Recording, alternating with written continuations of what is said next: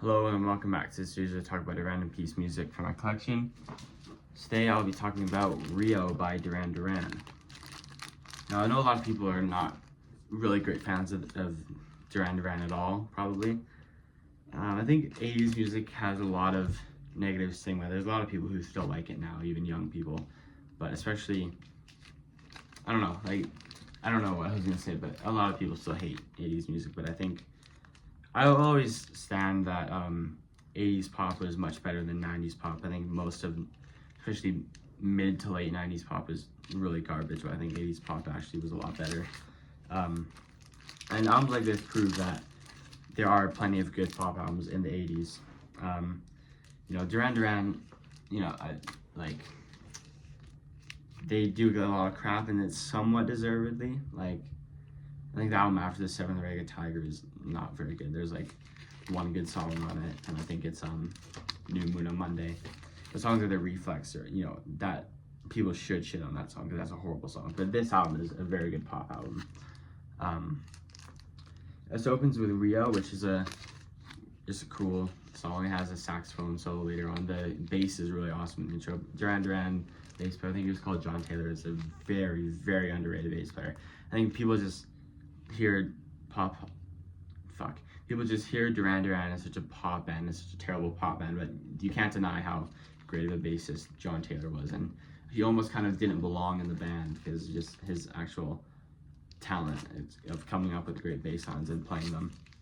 My Own Way is the next song. It's also a cool song. Lonely in Your Nightmare is one of the slower ones off the album.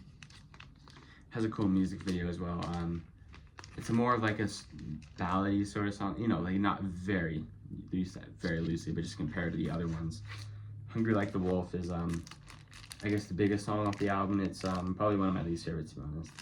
Hold Back the Rain is also really good. New Religion is good. Open Side 2. Last Chance on the Stairway.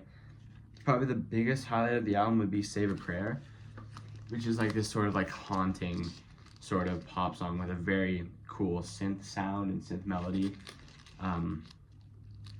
And there's also an extended version, which is really good. And The Chauffeur is another kind of more spooky one to close with.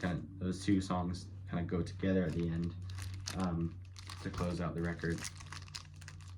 I don't really have too much to say about the individual songs. The main thing is my main idea is that 80s pop can be good sometimes, and John Taylor is a very good bass player.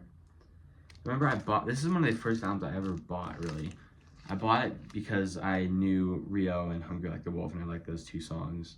Rio is probably still one of my favorites, but Hungry Like the Wolf is probably maybe my least favorite on the album now.